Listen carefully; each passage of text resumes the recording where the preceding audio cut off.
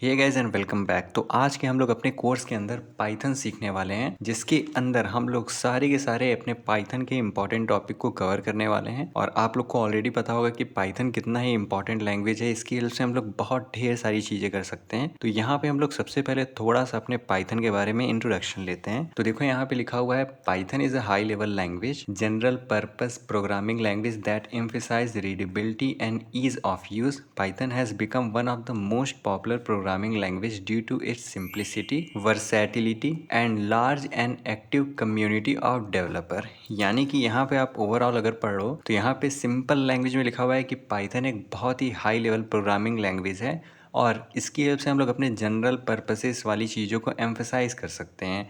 और ये काफ़ी ज़्यादा हम लोग का रीडेबल होता है, काफ़ी ज़्यादा हम लोग का सिंपल होता है और इसकी जो कम्युनिटी है वो बहुत ही लार्ज है। ठीक, अब यहाँ पे हम लोग थोड़ा सा पढ़ते हैं कि हम लोग अपने पाइथन की हेल्प से क्या क्या चीज़ें कर सकते हैं। तो देखो यहाँ पे लिखा हुआ है, Python is often use in various domain. यानी कि पाइथन का हम लोग यूज़ अपने बहुत ढेर सारे डोमेन के अंदर कर सकते हैं। जैसे कि हम लोग अपने वेब डेवलपमेंट में कर सकते हैं। उसके लिए हम लोग के पास मल्टीपल पाइथन के फ्रेमवर्क्स आते हैं, जैसे हम लोग के पास जेंगो है, फ्लास्क है। डेटा एनालिसिस कर सकते हैं, विजुअलाइजेशन कर सकते हैं, उसके लिए हम लोग के पास लाइब्रेरी है, पैंडास, मैटप्लॉटलिब्स। मशीन लर्निंग हम लोग कर सकते हैं, जितनी भी हम लोग की आर्टिफिशियल इंटेलिजेंस जैसी चीज़ें हैं, एआई जैसी चीज़ें हैं, उसके लिए हम लोग के पास एक अलग लाइब्रेरी है। जैसे हम लोग के पास टेंसर फ्लो है, पाईटॉर्च है, ऑटोमेशन एंड स्क्रिप्टिंग जैसी चीज़ें हम लोग कर सकते हैं। यानी कि एक सिंपल पाइथन लैंग्वेज से हम लोग कितने ढेर सारे डोमेन को हम लोग कवर कर पा रहे हैं। तो आपको यहाँ से आइडिया हो गया होगा कि ये पाइथन हम लोग का कितना हाई लेवल प्रोग्रामिंग लैंग्वेज है और क्यों इसकी कम्युनिटी इतनी बड़ी है। तो इसीलिए हम लोग अपने आज के कोर्स के अंदर जितने भी हम लोग के पाइथन के फंडामेंटल इंपॉर्टेंट चीज़ें हैं उनको हम लोग कवर अप कर लेंगे, ताकि हम लोग नेक्स्ट में जब कोई फ्रेमवर्क सीखना चाहें तो उसको लेकर के हम लोग को कोई भी प्रॉब्लम ना हो। तो चलिए स्टार्ट करते हैं इस फ्री कोर्स को। अगर आप इस फ्री कोर्स को देख रहे हो तो इस चैनल को सब्सक्राइब करना ना भूलें। तो इसके अंदर जो हम लोग सबसे पहला चीज़ देखने वाले हैं वो है हम लोग का कि हम लोग अपने पाइथन का कोड लिखते कहाँ पे हैं, पाइथन का हम लोग इन्वायरमेंट कैसे क्रिएट करते हैं, वो हम लोग का सबसे पहला और सबसे इंपॉर्टेंट चीज़ है। तो उसके लिए हम लोग क्या करेंगे, सबसे सिंपल अपने ब्राउज़र के अंदर आएंगे और ब्राउज़र के अंदर हम लोग सबसे पहले अपने पाइथन वेबसाइट के अंदर आएंगे, ताकि हम लोग अपने पाइथन को डाउनलोड कर सकें। इसके लिए यहाँ पे आपको python.org पे आना होगा और इस जैसे ही आप इस वेबसाइट के अंदर आओगे तो आपको यहाँ पे एक डाउनलोड का सेक्शन मिलेगा, जिसके अंदर आपको यहाँ पे डाउनलोड फॉर विंडोज़ आपको मिलेगा, जिस पे आप क्लिक करोगे तो ये हम लोग को यहाँ पे डाउनलोड के लिए दे देगा। तो आप इसको सिंपल डाउनलोड करके इंस्टॉल कर लेना। और इस पाइथन का कोड लिखने के लिए हम लोग के पास एक अलग से इंटेलिजे का हम लोग के पास एक सॉफ्टवेयर आता है, जिसको हम लोग पाईचार्म बोलते हैं। ये बेसिकली हम लोग का एक IDE होता है, जो कि हम लोग के पाइथन डेवलपर यूज़ करते हैं। बट हम लोग यहाँ पे अपने कोर्स के अंदर VS कोड का यूज़ करने वाले हैं अपने पाइथन के बेसिक फंडामेंटल टॉपिक को सीखने के लिए।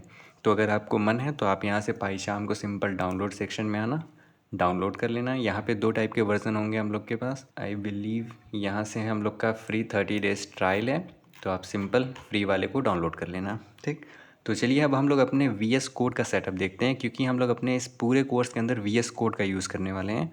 तो उसके लिए हम लोग क्या करेंगे, हम लोग अपने VS कोड को ओपन करेंगे अपने किसी भी पर्टिकुलर फोल्डर के अंदर, या फिर अपने पर्टिकुलर फोल्डर को हम लोग अपने VS कोड के अंदर ड्रैग एंड ड्रॉप करेंगे। यहाँ पे हम लोगों ने अपना ब्लैंक VS कोड ओपन कर लिया है।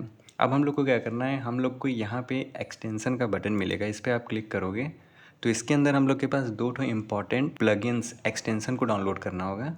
एक सबसे पहला हम लोग का एक्सटेंसन है, जो कि है हम लोग का कोड रनर। इसकी हेल्प से हम लोग अपने पाइथन के कोड को रन करेंगे। तो आप फटाफट इसको जा कर के इंस्टॉल कर लो, मेरा यहाँ पे इंस्टॉल है। और दूसरा जो हम लोग का इम्पॉर्टेंट चीज़ है वो है हम लोग का पाइथन। तो यहाँ पे जैसे ही मैं पाइथन सर्च करूँगा, यहाँ पे हम लोग का सबसे ऊपर वाला पाइथन जो मिलेगा उसको हम लोग को इंस्टॉल कर लेना है, क्योंकि हम लोग का VS कोड का एक अलग इन्वायरमेंट चलता है, तो इसलिए हम लोग को ये भी डाउनलोड करना पड़ेगा। तो इसको भी आप यहाँ से डाउनलोड कर लेना। बस ये 2 मेन हम लोग को एक्सटेंशन चाहिए, इससे ज़्यादा हम लोग को कुछ भी नहीं चाहिए अपने VS कोड के अंदर पाइथन के कोड को लिखने के लिए। तो यहाँ पे हम लोगों ने अपने इन्वायरमेंट को सेटअप कर लिया है। अब हम लोग का सबसे पहला इंपॉर्टेंट चीज़ आता है कि हम लोग कैसे अपने पाइथन का कोड लिखेंगे, किस फाइल के अंदर लिखेंगे। तो फाइल को क्रिएट करने के लिए हम लोग यहाँ पे अपने एक्सप्लोर वाले सेक्शन के अंदर आएंगे और यहाँ से हम लोग न्यू फाइल पे क्लिक करेंगे। अब यहाँ पे हम लोग एक फ़ाइल क्रिएट करने वाले हैं। लेट्स सपोज दैट मैं इस फाइल का नाम दे देता हूँ मेन। ठीक, अब अगर मैं यहाँ पे इंटर प्रेस करूँ तो यहाँ पे देखो हम लोग का एक फ़ाइल क्रिएट हो गया। इसके अंदर हम लोग कुछ लिख सकते हैं, कुछ भी लिख सकते हैं। बट करंट में अगर मैं यहाँ पे कोई भी पाइथन का कोड लिखूँगा तो वो हम लोग का वैलिड नहीं है। वैलिड क्यों नहीं है? क्योंकि हम लोग को अपने इस फाइल पे ये स्पेसिफाई करना होगा कि ये पर्टिकुलर फाइल हम लोग के पाइथन के लिए है। तो हम लोग यहाँ पे रीनेम पे आते हैं और पाइथन को स्पेसिफाई करने के लिए हम लोग को यहाँ पे py का यूज़ करना पड़ेगा। तो देखो जैसे ही मैंने py लिखा है यहाँ पे हम लोग का पाइथन का आइकन आ गया। अगर मैं यहाँ पे .java लिखता हूँ तो देखो जावा का आइकन आ गया। अगर मैं यहाँ पे .js लिखता हूँ तो देखो जावा स्क्रिप्ट का आ गया। अगर मैं यहाँ पे HTML लिखता हूँ तो HTML आ गया। तो इस तरह हम लोग अपने अलग अलग फाइल को स्पेसिफाई करते हैं उसके एक्सटेंशन की हेल्प से। तो अगर मैं यहाँ पे py लिख के इंटर प्रेस करूँ तो यहाँ पे देखो हम लोग का एक पाइथन का फाइल ओपन हो गया। अब यहाँ पे हम लोग अपने पाइथन के कोड को लिख सकते हैं, ठीक। तो इस तरह हम लोग अपने बेसिक एनवायरनमेंट सेटअप को क्रिएट करते हैं। अब पाइथन के कोड लिखने से पहले हम लोग अपने एक स्लाइड के अंदर आते हैं और देखते हैं कि हम लोग का बेसिक पाइथन कैसे स्टार्ट होगा। तो यहाँ पे हम लोग अपना सबसे पहला और सबसे बेसिक चीज़ देखने वाले हैं अपने पाइथन के अंदर, जो कि है हम लोग का प्रिंट। यानी कि अब हम लोग अपने प्रिंट से स्टार्ट करेंगे अपने पाइथन की जर्नी को। अब ये प्रिंट क्या होता है इसके बारे में सबसे पहले हम लोग थोड़ा सा अगर पढ़ें तो देखो यहाँ पे लिखा हुआ है in Python the print function is use to output information to the console. अभी हम लोग के लिए कंसोल एक नया वर्ड है। कंसोल बेसिकली वो होता है जहाँ पे हम लोग अपने कोड को एग्जीक्यूट करने के बाद इंस्पेक्ट करते हैं। तो ये जो हम लोग का प्रिंट फंक्शन है हम लोग के पाइथन के अंदर, उसकी हेल्प से हम लोग किसी भी चीज़ को कंसोल करा सकते हैं, हम लोग विजुअलाइज कर सकते हैं, हम लोग देख सकते हैं कि हम लोग का कोड कैसे वर्क कर रहा है। अब यहाँ पे अगर हम लोग पढ़ें तो देखो लिखा हुआ है it is a fundamental function for displaying message variable and other information during program execution. अब यहाँ पे भी हम लोग के पास बहुत ढेर सारे नए वर्ड आ गए, जैसे वेरिएबल्स आ गया, हम लोग का प्रोग्राम एग्जीक्यूशन आ गया, जो कि हम लोग आगे जाके क्लियरली इसको समझ जाएंगे। अब यहाँ पे ये जो हम लोगों ने प्रिंट फंक्शन बोला हुआ है इसको हम लोग पाइथन के अंदर कैसे लिखते हैं, उसके लिए हम लोग यहाँ पे देखो प्रिंट लिखे हुए हैं। अब इस प्रिंट का जो पी है वो हम लोग को हमेशा स्मॉल रखना है, इस चीज़ का हम लोग को ध्यान देना है। तो अगर कोई भी चीज़ को अगर हम लोग को पाइथन की हेल्प से अपने कंसोल के अंदर लॉक कराना है, प्रिंट कराना है, तो उसके लिए हम लोग यहाँ पे सिंपल प्रिंट लिखेंगे और प्रिंट लिखने के बाद हम लोग 2 राउंड ब्रेसेस लगाएंगे। तो इसको हम लोग पैरेंथेसिस बोलते हैं। ये जो आपको 2 राउंड ब्रेसेस दिख रहा है इसको हम लोग पैरेंथेसिस बोलते हैं। तो अपने पैरेंथेसिस के अंदर जो भी हम लोग वैल्यू को लिख देंगे वो वैल्यू हम लोग के कंसोल के अंदर प्रिंट होगा। तो चलिए पहले इसको हम लोग लिख के देखते हैं। तो यहाँ पे देखो हम लोग का main.py क्रिएटेड है। मैंने क्या बताया आपको, प्रिंट करने के लिए हम लोग अपने प्रिंट लिखेंगे स्मॉल लेटर में, उसके बाद 2 राउंड ब्रेसेस लगाएंगे। 2 राउंड ब्रेसेस का मतलब ये ओपनिंग राउंड ब्रेसेस और इधर क्लोजिंग राउंड ब्रेसेस। अब इसके अंदर लेट्स सपोज दैट मैंने 12 लिख दिया, ठीक। अब यहाँ पे ये हम लोग का जो सेक्शन दिख रहा है जिसके अंदर हम लोग टाइप कर पा रहे हैं, ये हम लोग का कोड लिखने का प्लेस है, ठीक। यहाँ पे तो हम लोग सिंपल कोड को लिख रहे हैं, बट अगर इस कोड को हम लोग को देखना है कि ये हम लोगों ने प्रिंट का यूज़ किया, यहाँ पे हम लोगों ने 12 लिखा, तो ये 12 आखिर में हम लोग का कहाँ आएगा। तो वहाँ पे जो मैंने एक्सटेंसन आपसे डाउनलोड करवाया था जो कि था हम लोग का कोड रनर, ये रहा वो एक्सटेंसन। अब इसकी हेल्प से हम लोग क्या करने वाले हैं, हम लोग अपने इस main.py को रन करेंगे। तो यहाँ से हम लोगों ने इसको सक्सेसफुली इंस्टॉल कर लिया है। अब main.py के अंदर आकर के मैं यहाँ पे ये आपको ये प्ले बटन दिखेगा, इस पर जैसे ही मैं क्लिक करूँगा तो देखो यहाँ पे हम लोग को 12 आ गया। तो यहाँ पे ये जो आपको चीज़ें प्रिंट होकर के दिख रही हैं ये हम लोग का कंसोल है। यहाँ पे हम लोगों ने कोड लिखा, वो कोड हम लोग के कंसोल के अंदर दिख रहा है। लेट्स सपोज दैट कि मैं यहाँ पे कुछ और लिखता हूँ, अभी आपको सोचने की ज़रूरत नहीं है। तो मैं यहाँ पे प्रिंट लिखूँगा और इसके अंदर मैं 10+10 लिख दूँगा। आई होप आपको 10+10 पता हो। अब मैं यहाँ पे इसको सेव करता हूँ, देखो यहाँ पे कुछ भी नहीं हुआ, बट जैसे ही मैं यहाँ पे प्ले बटन पे क्लिक करता हूँ, नीचे आऊँ तो देखो हम लोग को 20 मिला। 20 का मतलब क्या है, यहाँ पे जो भी हम लोगों ने प्रोग्राम लिखा हम लोगों ने प्रिंट कराया 10+10, बट यहाँ पे हम लोग का आउटपुट में क्या मिला, आउटपुट में हम लोग को 20 मिला। यानी कि हम लोग का यहाँ पे प्रोग्राम रन हुआ, इन दोनों वैल्यू को ऐड किया और हम लोग का जो प्रिंट फंक्शन क्या करता है, हम लोग के कंसोल के अंदर उस चीज़ को प्रिंट कराता है। तो यहाँ पे देखो हम लोग को 20 प्रिंट होकर के मिला। तो इस तरह हम लोग इंस्पेक्ट भी कर सकते हैं अपने कोड को कि कैसा वो वर्क कर रहा है। तो इसलिए ये जो हम लोग का प्रिंट फंक्शन है ये हम लोग का सबसे बेसिक और सबसे इम्पॉर्टेंट फंक्शन है। आई होप आपको समझ में आया हो कि ये प्रिंट फंक्शन क्या होता है। प्रिंट फंक्शन की हेल्प से हम लोग अपने मैसेज को, कोई भी चीज़ को कंसोल कराते हैं, ठीक। तो सबसे पहला चीज़ हम लोगों ने सीख लिया। अब हम लोग अपने नेक्स्ट चीज़ पे आते हैं जो कि है हम लोग का वेरिएबल्स एंड डेटा टाइप। अब ये वेरिएबल्स एंड डेटा टाइप क्या है, बहुत ही डिफरेंट वर्ड है हम लोग के लिए, बट इसको भी हम लोग थोड़ा सा पढ़ के समझते हैं। तो देखो यहाँ पे लिखा हुआ है in Python a variable is a container For storing data value, unlike some other programming languages, you don't need to explicitly declare the type of a variable. Python infer the type dynamically based on the value assigned to it. यानी कि ये जो हम लोग का variable है, variable को आप एक कंटेनर की तरह समझो। सिंपल कंटेनर, जैसे आपके किचन के अंदर काफ़ी ढेर सारे कंटेनर्स होते हैं जिसके अंदर हम लोग डिफरेंट डिफरेंट चीज़ों को रखते हैं। किसी के अंदर हम लोगों ने चीनी को स्टोर कर लिया, किसी के अंदर हम लोगों ने नमक को स्टोर कर लिया। तो उसी तरह यहाँ पे पाइथन के अंदर हम लोग के पास कंटेनर होता है। अब इस कंटेनर के अंदर आखिर में हम लोग क्या चीज़ स्टोर करते हैं? इस कंटेनर के अंदर हम लोग अपने डेटा को स्टोर करते हैं। डेटा डेटा यानी कि लेट सपोज दैट अगर मुझे 12 स्टोर करना है तो ये हम लोग का डेटा है। हम लोग को यहाँ पे अगर टॉम का नाम स्टोर करना है तो ये हम लोग का डेटा है। अगर हम लोग को कोई इमेज स्टोर करना है तो इमेज हम लोग का जैसे कोई डेटा है। तो इन सारे डेटा को हम लोग को स्टोर करने के लिए कोई स्टोरेज चाहिए, कोई कंटेनर चाहिए। तो वैसा ही कंटेनर हम लोग का एक वेरिएबल होता है। तो वेरिएबल क्या होता है? वेरिएबल हम लोग का एक कंटेनर होता है जिसके अंदर हम लोग अपने डेटा को स्टोर करते हैं। ठीक, अब यहाँ पे देखो, यहाँ पे मैंने एक एज लिख दिया जिसके अंदर मैंने इक्वल का साइन यूज़ करके 25 लिख दिया। तो यहाँ पे ये जो हम लोग का एज है, ये एज अब हम लोग का एक कंटेनर है। ये एज हम लोग का एक कंटेनर है जिसके अंदर मैंने 25 को स्टोर कर लिया। उसी तरह देखो, यहाँ पे मैंने एक हाइट क्रिएट किया। एक हाइट के अंदर मैंने 5.9 स्टोर कर ली। तो यहाँ पे जो हम लोग का हाइट है ये भी एक कंटेनर है जिसके अंदर हम लोग का 5.9 आ गया। यानी कि इस तरह हम लोग अपने वेरिएबल को क्रिएट करते हैं। वेरिएबल को क्रिएट करने के लिए हम लोग क्या करेंगे? सबसे पहले वेरिएबल का नाम देंगे। ये नाम हम लोग का कोई भी हो सकता है। जैसे देखो, यहाँ पे नेम के अंदर मैंने नेम का यूज़ किया। यहाँ पे मैंने इस स्टूडेंट को लिखा। तो ये जो चारों आपको एज, हाइट, नेम, इस स्टूडेंट दिख रहा है, ये सब हम लोग के वेरिएबल हैं। अब इन वेरिएबल के अंदर हम लोगों ने डेटा को स्टोर किया। कैसे स्टोर किया? इक्वल टू का यूज़ करके।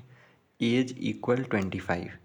तो इस ये जो हम लोग का पूरा सिंटेक्स आपको दिख रहा है, एज इक्वल 25, इसका मतलब ये है कि एज नाम का एक कंटेनर क्रिएट करो, उसके अंदर 25 को स्टोर कर दो। ठीक, अब यहाँ पे देखो, कहीं पे हम लोगों ने 25 लिखा हुआ है, कहीं पे हम लोगों ने 5.9 लिखा हुआ है, कहीं पे हम लोगों ने यहाँ पे देखो डबल कोट का हम लोगों ने यूज़ किया। उसके अंदर कुछ हम लोगों ने वैल्यू को लिखा हुआ है, कुछ हम लोगों ने सीक्वेंस ऑफ वर्ड को लिखा हुआ है, और नीचे वाले के अंदर देखो हम लोगों ने सिंपल ट्रू लिख दिया हुआ है। अब ये सारी चीज़ें क्या हैं? तो अगर आप देखो, सिंपल अगर आपको कोई नंबर आपको दिख रहा है तो वो नंबर हम लोग का इंटीजर होता है। अगर आपको नंबर के अंदर कोई डेसिमल दिखता है तो उसको हम लोग फ्लोट नंबर बोलते हैं अपने प्रोग्रामिंग के अंदर। अगर आपको कोई वैल्यू डबल कोट के अंदर दिख रहा हो, ये जो दो कोट बना हुआ है, उसको हम लोग स्ट्रिंग बोलते हैं प्रोग्रामिंग के अंदर। और सिंपल अगर आपको ट्रू या फिर फॉल्स दिखेगा बिना कोट के, तो उसको हम लोग बूलियन वैल्यू कहते हैं।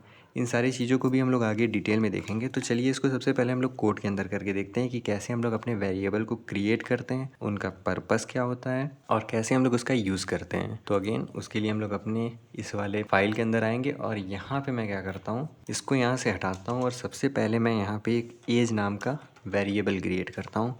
यानी कि ये एज एक कंटेनर हम लोग का क्रिएट हो गया। अब इस कंटेनर के अंदर अगर हम लोग को कोई वैल्यू लिखना है तो इक्वल टू का यूज़ करेंगे। और लेट सपोज दैट मैंने इसके अंदर 23 स्टोर कर दिया। अब हम लोग सेव करते हैं। कुछ भी हम लोग को डिफरेंस नहीं मिला। यहाँ पे आऊँ मैं, यहाँ पे अगर मैं रन पे भी क्लिक करूँ तो यहाँ पे देखो कुछ भी हम लोग को नहीं दिख रहा है। मैं क्या करता हूँ, यहाँ पे एक और वेरिएबल क्रिएट कर देता हूँ जिसका नाम मैं दे देता हूँ टॉम एज। इसके अंदर मैं स्टोर कर देता हूँ let suppose that 33। Again save करते हैं, रन करते हैं, कुछ भी हम लोग को आउटपुट नहीं मिल रहा है। क्यों नहीं मिल रहा है? क्योंकि हम लोग इसको आउटपुट करा ही नहीं रहे हैं। तो आउटपुट के लिए कंसोल के अंदर चीज़ों को देखने के लिए हम लोग क्या करेंगे? प्रिंट फंक्शन का यूज़ करेंगे। तो यहाँ पे मैं प्रिंट लिखता हूँ, इसके अंदर मैं अपनी एज को पास करता हूँ। अब मैं इसको सेव करके रन करता हूँ।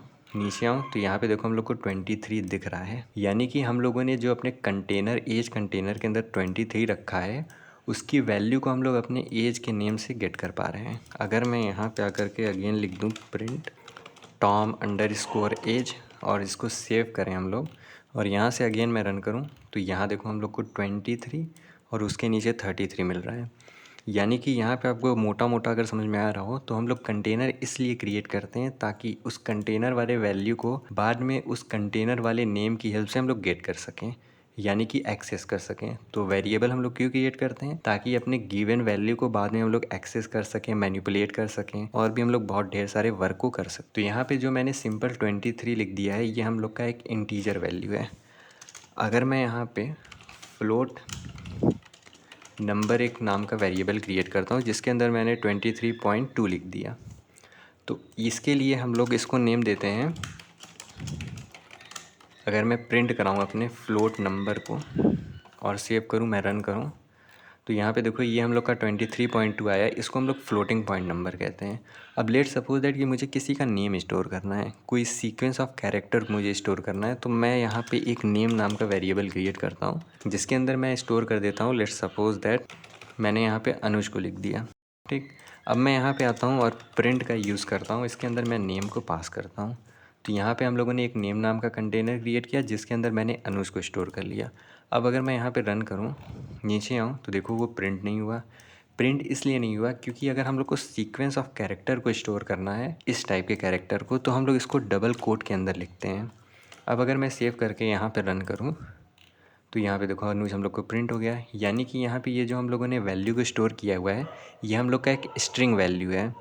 स्ट्रिंग वैल्यू को हम लोग हमेशा डबल कोट के अंदर लिखते हैं, या फिर सिंपल लैंग्वेज में आप सोचो, अगर आपको कोई अल्फ़ाबेट टाइप की चीज़ों को लिखना है, कोई नंबर की चीज़ों को लिखना है, तो उसको हम लोग स्ट्रिंग के अंदर लिख सकते हैं। अगर मैं यहाँ पे सिंपल 77 कुछ भी लिख दूँ, सेव करूँ मैं, तो यहाँ पे देखो अनुज 77744 आ गया हम लोग का। यानी कि स्ट्रिंग के अंदर हम लोग किसी भी टाइप के डेटा को स्टोर कर सकते हैं। बट अगर हम लोग नंबर को स्टोर कर रहे हैं, तो नंबर को स्टोर करने के लिए हम लोग को डबल कोड लगाने की ज़रूरत नहीं है। ठीक, तो ये हम लोग का एक हाईली ओवरव्यू है कि हम लोग का जो वेरिएबल होता है और जो हम लोग का डेटा टाइप होता है, वो एक्चुअल में क्या होता है। वेरिएबल बेसिकली होता है हम लोग का कंटेनर, और डेटा टाइप होता है कि उस कंटेनर के अंदर हम लोग कौन से वैल्यू को स्टोर कर रहे हैं। जैसे यहाँ पे एज नाम का कंटेनर है, जिसके अंदर हम लोग इंटीजर वैल्यू को स्टोर कर रहे हैं। अगेन हम लोगों ने इंटीजर वैल्यू को स्टोर किया। यहाँ पे हम लोगों ने अपने फ्लोटिंग वैल्यू को स्टोर किया, और नेम नाम का जो हम लोग का वेरिएबल है, इसके अंदर हम लोगों ने स्ट्रिंग वैल्यू को, स्ट्रिंग डेटा को स्टोर किया। तो बेसिकली यही चीज़ होता है हम लोग का वेरिएबल और डेटा टाइप। यहाँ पे एज वेरिएबल है, हाइट वेरिएबल है, नेम वेरिएबल है, इज स्टूडेंट वेरिएबल है, जिसके अंदर हम लोग का अलग अलग डेटा टाइप स्टोर हुआ है। पहले वाले के अंदर इंटीजर स्टोर हुआ है, दूसरे वाले के अंदर फ्लोट, तीसरे वाले के अंदर स्ट्रिंग, चौथे वाले के अंदर हम लोग का बूलियन स्टोर हुआ है। तो ये जो हम लोग का इंटीजर, फ्लोट, स्ट्रिंग, बूलियन है, ये हम लोग के डेटा टाइप होते हैं। ठीक, तो चलिए अब हम लोग अपने नेक्स्ट टॉपिक को देखते हैं। तो नेक्स्ट जो हम लोग का अगला टॉपिक है, वो है हम लोग का टाइप कन्वर्जन। अब ये टाइप कन्वर्जन क्या है, इसके बारे में हम लोग थोड़ा सा पढ़ते हैं। तो देखो यहाँ पे लिखा हुआ है, type conversion also known as type casting is the process of converting one data type into another.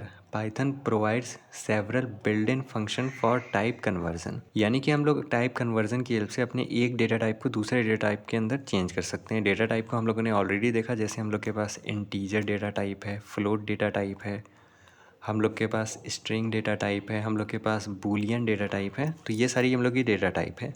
अब एक डेटा टाइप से हम लोग दूसरे डेटा टाइप के अंदर चेंज कर सकते हैं। जैसे अगर मेरे पास 1 है, तो 1 हम लोग का एक स्ट्रिंग है। इसको अगर मुझे अपने फ्लोट के अंदर चेंज करना है, तो हम लोग बिल्ट इन फंक्शन का यूज़ करते हैं चेंज करने के लिए। एक एग्जांपल से समझो, यहाँ पे देखो मेरे पास एक फ्लोट नंबर है, जिसके अंदर मैंने 3.14 को स्टोर किया हुआ है। एक हम लोग के पास इंटीजर नंबर है, जिसके अंदर मैंने 42 को स्टोर किया हुआ है। अगेन हम लोग के पास दूसरा इंटीजर नंबर है, जो कि हम लोग का 42 ही है। और तीसरे में हम लोग के पास एक इंटीजर वैल्यू है, जिसकी वैल्यू हम लोग की 0 है। अब यहाँ पे देखो, यहाँ पे अगर मुझे अपने कोई भी फ्लोटिंग नंबर को, डेसिमल नंबर को इंटीजर के अंदर कन्वर्ट करना है, तो हम लोग यूज़ करते हैं इंट फंक्शन का। तो हम लोग इंट लिखेंगे, कोट लगाएंगे, और जो भी वैल्यू को हम लोग को चेंज करना है, जैसे यहाँ पे इस फंक्शन नेम को चेंज करना है, तो इस फंक्शन नेम को हम लोग यहाँ पे पास कर देंगे। तो इनडायरेक्टली इस वाले फंक्शन के अंदर हम लोग के पास 3.14 आ जाएगा, क्योंकि जिस वेरिएबल के अंदर हम लोगों ने इस डेटा को स्टोर किया हुआ है, उस वेरिएबल के नेम को हम लोगों ने यहाँ पे पास कर दिया। दूसरे के अंदर देखो, अगर मुझे अपने इंटीजर वैल्यू को फ्लोट के अंदर चेंज करना है, तो अपने इंटीजर वाले को हम लोग अपने फ्लोट वाले फंक्शन के अंदर पास कर देंगे। अब अगर हम लोग को कोई इंटीजर को स्ट्रिंग के अंदर कन्वर्ट करना है, तो हम लोग अपने स्ट्रिंग के अंदर पास करेंगे।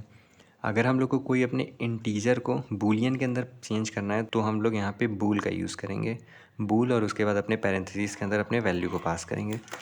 तो इसका अगर हम लोग कोड देखें, तो यहाँ पे हम लोग अपने VS कोड के अंदर आ गए। मैं यहाँ पे एक नंबर नाम का क्रिएट करता हूँ, जिसके अंदर लेट सपोज दैट मैंने 12 को स्टोर कर लिया। अगर मैं इसको प्रिंट कराऊँ, तो देखो हम लोग का यहाँ पे 12 हम लोग को प्रिंट हो गया। अब मैं इस 12 को बूलियन के अंदर चेंज करना चाहता हूँ, तो मैं यहाँ पे एक बूलियन नंबर नाम का एक वेरिएबल क्रिएट करता हूँ, जिसके अंदर मैं बूल फंक्शन का यूज़ करूँगा और अपने इंटीजर वाले वैल्यू को पास करूँगा। अब इसके अंदर मैं अगेन अपने बूलियन नंबर को कॉल करता हूँ और इसको मैं अब रन करता हूँ, तो देखो हम लोग को ट्रू रिटर्न हो रहा है। ट्रू और फॉल्स हम लोग की बूलियन वैल्यू होती है। अगर मैं इसके अंदर मान लो नेगेटिव में 12 को स्टोर कर रहा हूँ, अब अगर हम लोग सेव करें, इसको रन करें, तो यहाँ देखो अगेन हम लोग का ट्रू आ रहा है। अगर मैं इसके अंदर 0 को स्टोर करूँ, सेव करें, रन करें, तो यहाँ देखो अब हम लोग का फॉल्स हो गया। यानी कि 0 को अगर हम लोग बूलियन के अंदर कन्वर्ट करेंगे तो वो हम लोग की फॉल्स में चेंज हो जाएगा।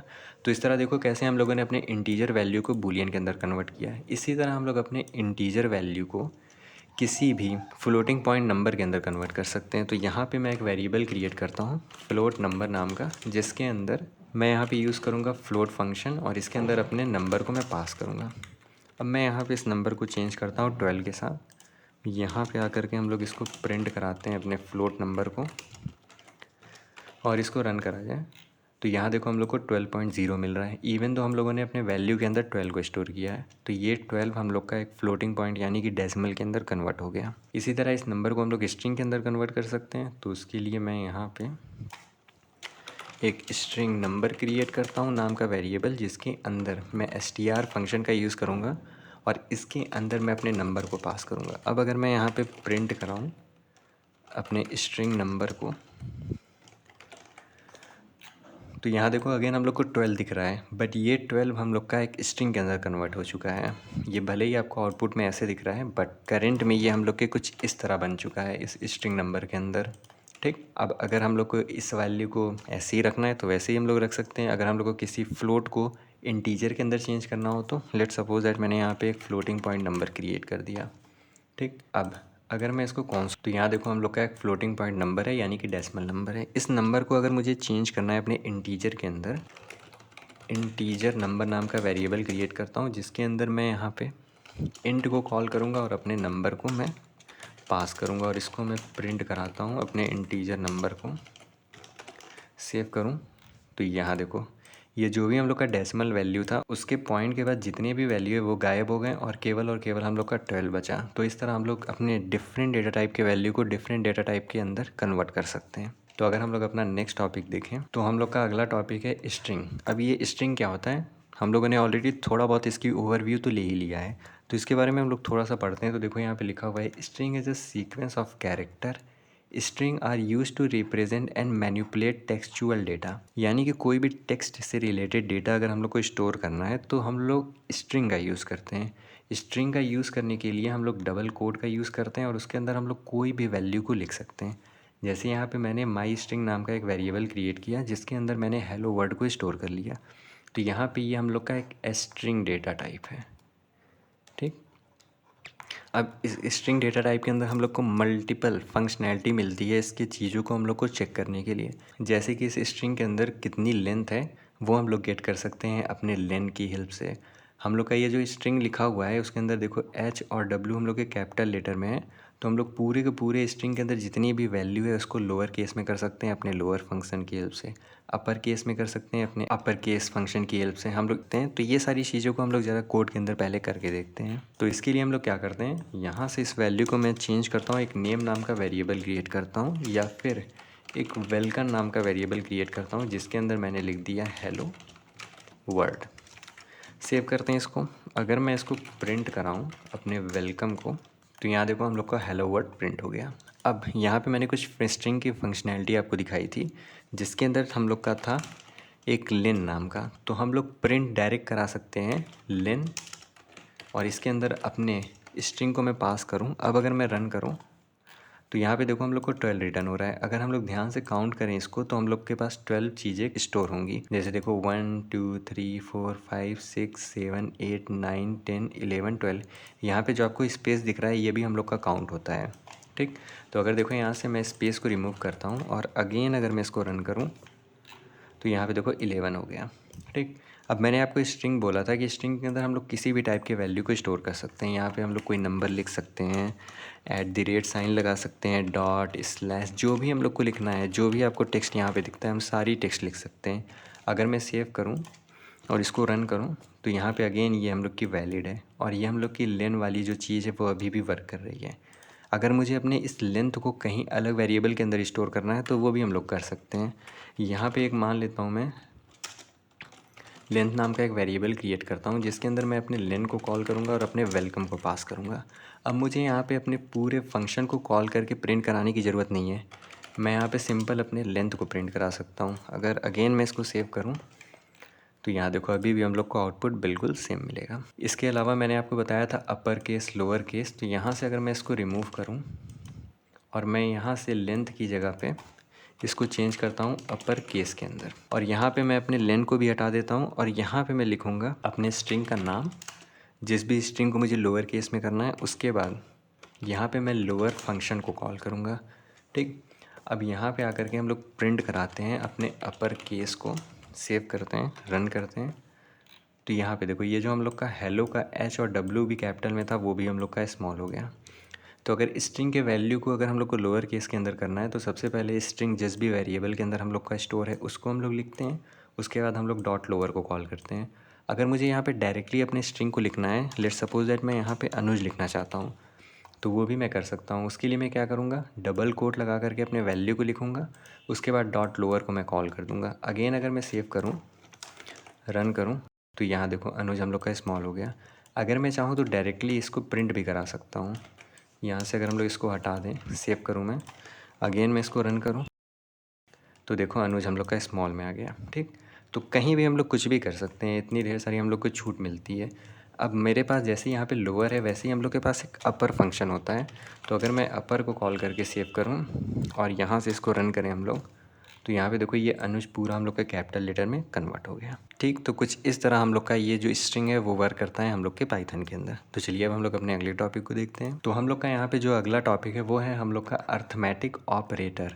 अर्थमेटिक ऑपरेटर यानी कि जितने भी हम लोग अपने मैथमेटिक्स के ऑपरेटर का यूज़ करते हैं उसको हम लोग अर्थमेटिक ऑपरेटर बोलते हैं। तो अर्थमेटिक ऑपरेटर के अंदर मेनली हम लोग के पास क्या क्या चीज़ें आती हैं, हम लोग के पास प्लस आता है, माइनस आता है, मल्टीप्लिकेशन आता है, डिवीजन आता है, मॉड्यूलस आता है और एक्सपोनेंशियन आता है। तो अगर यहाँ पे हम लोग थोड़ा सा इसके बारे में पढ़ें तो देखो यहाँ पे लिखा हुआ है arithmetic operator are used to perform mathematical operation on numeric value. यानी कि हम लोग के पास न्यूमेरिक वैल्यू भी होती हैं, हम लोग के पास इंटीजर होता है, फ्लोट होता है, तो उन सारे वैल्यूज़ के अंदर हम लोग अपने अर्थमेटिक ऑपरेशन का भी यूज़ कर सकते हैं। जैसे यहाँ पे देखो हम लोगों ने अपने दो वैल्यू को ऐड किया, ये ऐड ऑपरेटर की हेल्प से, तो ये हम लोग का एक अर्थमेटिक ऑपरेटर है। माइनस किया हम लोगों ने, मल्टीप्लाई किया, डिवीजन किया, मॉड्यूलो निकाला, हम लोगों ने एक्सपोनेंशियन का यूज़ किया। तो इस तरह हम लोग अपने अर्थमेटिक ऑपरेटर की हेल्प से अपने दो न्यूमेरिक वैल्यू के अंदर या फिर 3 या फिर 4 जितने भी न्यूमेरिक वैल्यू है उसके ऊपर ऑपरेशंस कर सकते हैं। तो इसको अगर मैं कोड के अंदर देखूँ तो यहाँ से हम लोग हटाते हैं और यहाँ पे मैं एक वैल्यू नाम का क्रिएट करता हूँ जिसके अंदर मैं दो वैल्यू को लिख देता हूँ। लेट्स सपोज दैट 5 + 5 और इसको मैं प्रिंट कराता हूँ अपने वैल्यू के अंदर। इसको क्लीन करा जाए, अगेन इसको रन करें तो यहाँ पे देखो हम लोग को 10 आउटपुट मिल गया। अगर मैं यहाँ पे सब्सट्रैक्ट करूँ, सेव करूँ तो यहाँ पे देखो हम लोग को 0 मिल गया। 5 - 5 0। अगर मैं यहाँ पे 2 टाइम स्टार का यूज़ कर लूँ, अब अगर मैं सेव करूँ तो ये हम लोग के लिए क्या करेगा, 5 to the power 5 हो जाएगा जिसकी वैल्यू 3125 हो जाएगी हम लोग की। यहाँ पे हम लोग डायरेक्ट अपनी न्यूमेरिक वैल्यू को पास कर सकते हैं या फिर किसी वैल्यू के अंदर स्टोर करके, मान लेते हैं मैंने नंबर 1 क्रिएट कर लिया जिसके अंदर मैंने 5 को स्टोर कर लिया, नंबर 2 मैंने क्रिएट कर लिया जिसके अंदर मैंने 10 को स्टोर कर लिया। तो मैं यहाँ पे सिंपल नंबर 1 प्लस या फिर माइनस नंबर 2 को कॉल कर सकता हूँ। अब अगर मैं सेव करके इसको भी रन करूँ तो अब भी हम लोग का आउटपुट बिल्कुल सही आएगा क्योंकि हम लोग अपने 1 में से 10 को माइनस कर रहे हैं तो हम लोग की आउटपुट -5 आया। तो इस तरह हम लोग अर्थमेटिक ऑपरेटर का यूज़ करते हैं अपने पाइथन के अंदर। तो अब अगर हम लोग अपना अगला टॉपिक देखें तो वो है हम लोग का ऑपरेटर प्रेसिडेंस। ऑपरेटर प्रेसिडेंस क्या होता है, ऑपरेटर प्रेसिडेंस के बारे में अगर हम लोग थोड़ा सा पढ़ें तो देखो यहाँ पे लिखा हुआ है operator precedence in Python determine the order in which operation are performed when an expression contain multiple operators। यानी कि अगर ये जो हम लोग का ऑपरेटर प्रेसिडेंस है वो हम लोग के जैसे हम लोग के मैथ के अंदर बोर्ड मास रूल होता था, सिंपल उसी तरह होता है जैसे कि हम लोग अपने मैथ के अंदर सीक्वेंस का यूज़ करते हैं कि सबसे पहले ब्रैकेट, उसके बाद हम लोग का जो ऑर्डर होता है, उसके बाद हम लोग का डिवीजन होता है, मल्टीप्लिकेशन होता है, एडिशन होता है, सब्सट्रैक्शन होता है। तो हम लोग एक ऑर्डर के अंदर अपने कैलकुलेशन को करते हैं। तो उसी तरह हम लोग का जो ये ऑपरेटर प्रेसिडेंस है वो भी हम लोग के एक ऑर्डर के अंदर वर्क करता है। यानी कि पाइथन के अंदर सबसे पहले हम लोग के पेरेंथेसिस की जितनी भी चीज़ें हैं वो हम लोग की ब्रेक होंगी। उसके बाद जितना भी हम लोग का पावर है वो आएगा। उसके बाद हम लोग का multiplication, division, floor division, modulus, उसके बाद एडिशन, उसके बाद सब्सट्रैक्शन। यानी कि अगर हम लोग यहाँ पे देखें तो यहाँ पे देखो हम लोग के पास एक एडिशन है, मल्टीप्लिकेशन है। तो यहाँ पे सबसे पहले हम लोग की मल्टीप्लिकेशन होगी। तो यहाँ पे ये जो हम लोग का 3 और 4 है ये मल्टीप्लाई होगा, तो इसकी वैल्यू हम लोग की 12 आएगी। उसके बाद ये हम लोग का ऐड होगा, तो रिज़ल्ट हम लोग को 14 मिल जाएगा। अगर हम लोग यहाँ पे इसको देखें तो इसके अंदर सबसे पहले हम लोग का पैरेंथेसिस ब्रेक होगा। यानी कि पैरेंथेसिस के अंदर जो वैल्यू है वो सबसे पहले हम लोग की ऐड होगी, उसके बाद वो हम लोग की मल्टीप्लाई होगी। तो यहाँ पे सबसे पहले हम लोग का पैरेंथेसिस आता है, उसके बाद हम लोग का पावर आता है, मल्टीप्लिकेशन आता है, डिवीजन आता है। तो ये बेसिकली हम लोग का यही वाला ऑपरेटर प्रेसिडेंस होता है। ठीक, तो इसको अगर हम लोग कोड के अंदर करना चाहें तो हम लोग कर सकते हैं। तो यहाँ पे मैं एक नंबर नाम का क्रिएट करता हूँ जिसके अंदर मैं 2 + 2 करता हूँ, मल्टीप्लाई बाई, अगर मैं यहाँ पे 4 कर दूँ और इसको मैं प्रिंट कराऊँ अपने नंबर को, तो यहाँ पे देखो 10 मिल रहा है हम लोग को। यानी कि सबसे पहले ये दो मल्टीप्लाई हुई, उसके बाद वो ऐड हुआ। अगर यहाँ पे मैं ब्रैकेट लगा देता, अब अगर मैं सेव करूँ, रन करूँ, तो यहाँ पे देखो अब 16 आ गया है। क्यों 16 आया? क्योंकि अब हम लोग का पहले ब्रैकेट वाला कोड ब्रेक होगा, यानी कि ये सबसे पहले ऐड होगा, उसके बाद ये मल्टीप्लाई होगा। तो इस तरह हम लोग ऑर्डर के अंदर अपने कैलकुलेशन को करते हैं। अब अगर हम लोग अपना अगला टॉपिक देखें तो अगला टॉपिक है हम लोग का कंपैरिजन ऑपरेटर। यानी कि अब दो वैल्यू को हम लोग कंपेयर कर सकते हैं। अगर यहाँ पे हम लोग पढ़ें तो देखो यहाँ पे लिखा हुआ है comparison operator in Python are use to compare two values and return Boolean result. Boolean के अंदर क्या चीज़ होती थी? हम लोग की ट्रू होती थी या फिर हम लोग की फॉल्स होती थी, दो वैल्यू स्टोर होती थी। तो यहाँ पे देखो दो वेरिएबल मैंने क्रिएट किया, एक के अंदर 5, दूसरे के अंदर हम लोग का 10 स्टोर है। अब यहाँ पे हम लोग इक्वलिटी को चेक कर सकते हैं कि क्या वो वैल्यू हम लोग के आपस में इक्वल है। अगर हम लोग का x y के आपस में इक्वल है, क्या हम लोग का 5 और 10 आपस में इक्वल है? तो ये इक्वल नहीं है। तो इक्वलिटी को चेक करने के लिए हम लोग डबल इक्वल का यूज़ करते हैं। तो 5 और 10 आपस में इक्वल नहीं है, तो हम लोग के बूलियन में फॉल्स रिटर्न हो गया। इन इक्वालिटी को हम लोग चेक कर सकते हैं। इन इक्वालिटी का मतलब इक्वल नहीं है, तो उसके लिए हम लोग सबसे पहले एक्सक्लामेशन का यूज़ करते हैं, उसके बाद इक्वल्स टू लगाते हैं। तो हम लोग का जो x है और जो y है वो आपस में इक्वल नहीं है, इसलिए हम लोग के बूलियन में ट्रू रिटर्न हुआ। यहाँ पे ग्रेटर देन चेक कर सकते हैं, क्या हम लोग का x y से ग्रेटर देन है? तो x हम लोग के y से ग्रेटर नहीं है, इसलिए फॉल्स रिटर्न हुआ। लेस देन चेक कर सकते हैं, लेस देन हम लोग की जो x है वो 10 से लेस है, x हम लोग के y से छोटा है, तो ट्रू रिटर्न हो गया। ग्रेटर देन और इक्वल्स टू हम लोग चेक कर सकते हैं, क्या वो x हम लोग का y से ग्रेटर है? तो हम लोग का 5 10 से ग्रेटर नहीं है, पहला फॉल्स। क्या वो इक्वल है? इक्वल भी नहीं है, तो हम लोग का फॉल्स हो गया। यहाँ पे हम लोग लेस देन और इक्वल्स टू चेक कर सकते हैं, क्या हम लोग का जो x है वो y से छोटा है? तो हाँ, x हम लोग के y से छोटा है, तो इसलिए हम लोग का ट्रू आ गया। इवन दो वो इक्वल नहीं है तो क्या हुआ? ठीक, तो इस तरह हम लोग का कंपैरिजन ऑपरेटर वर्क करता है। अगर हम लोग इसको भी कोड के अंदर करके देखें तो यहाँ पे मैं एक x नाम का क्रिएट करता हूँ जिसके अंदर 5 और एक y नाम का क्रिएट करता हूँ जिसके अंदर मैंने 10 स्टोर कर लिया। अब अगर मैं यहाँ पे प्रिंट कराऊँ x double equal y, save करते हैं, इसको रन किया जाए, तो यहाँ देखो फॉल्स आ रहा है क्योंकि हम लोग का x y के इक्वल नहीं है। और अगर मैं यहाँ पे इनइक्वालिटी चेक करूँ, नॉट इक्वल्स टू, क्या हम लोग का एक्स वाई के इक्वल नहीं है? तो इसके लिए हम लोग को ट्रू रिटर्न होगा। ट्रू रिटर्न होगा क्योंकि एक्स वाई के इक्वल नहीं है। अगर मुझे ग्रेटर देन चेक करना है तो यहाँ पे हम लोग ग्रेटर का साइन लगाएंगे। अब अगर मैं रन करूँ तो अगेन देखो ये फॉल्स आया क्योंकि हम लोग की एक्स वाई से ग्रेटर नहीं है। तो इस तरह हम लोग के सारे ऑपरेटर्स यूज़ करते हैं। आप खुद से भी इसको प्रैक्टिस करना। तो होपफुली आपको इतनी ढेर सारी चीज़ें समझ में आ गई हों। ये हम लोग का पाइथन का पार्ट 1 है। हम लोग अपने पाइथन के पार्ट 2 के अंदर और भी ढेर सारी चीज़ों को देखेंगे। तो अगर आपको कोई डाउट हो तो आप कमेंट सेक्शन के अंदर पूछ सकते हैं। तब तक के लिए चैनल को सब्सक्राइब करना ना भूलें। Thanks for watching.